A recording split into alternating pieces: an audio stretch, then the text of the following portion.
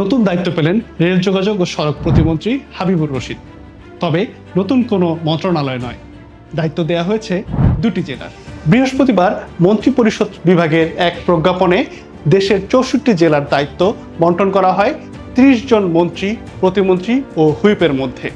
এর মধ্যে নারায়ণগঞ্জ এবং গাজীপুর জেলার দায়িত্ব পেয়েছেন প্রতিমন্ত্রী হাবিবুর রশিদ। নতুন দায়িত্বে নারায়ণগঞ্জের উন্নয়ন, আইন শৃঙ্খলা, দুর্নীতি, মাদক নিয়ন্ত্রণ, সুশাসন, স্বচ্ছতা, জবাবদিহিতা এবং সরকারের প্রতিশ্রুতি বাস্তবায়নের কার্যক্রম তদারকি করবেন তিনি। এছাড়া এই জেলার সরকারি দপ্তরগুলোকে প্রয়োজনীয় দিক নির্দেশনা দিবেন। একই সাথে জেলা পর্যায়ে অনুষ্ঠিত বিভিন্ন সভায় অংশগ্রহণ করে সেখানে দায়িত্বশীল পরামর্শকের ভূমিকা রাখতে পারবেন তিনি। যদিও প্রতিমন্ত্রীর এসব দায়িত্ব পালনের ক্ষেত্রে স্থানীয় সরকার প্রতিষ্ঠান, সাংবিধানিক প্রতিষ্ঠান কিংবা আইন সংস্থার ক্ষমতা কমবে না।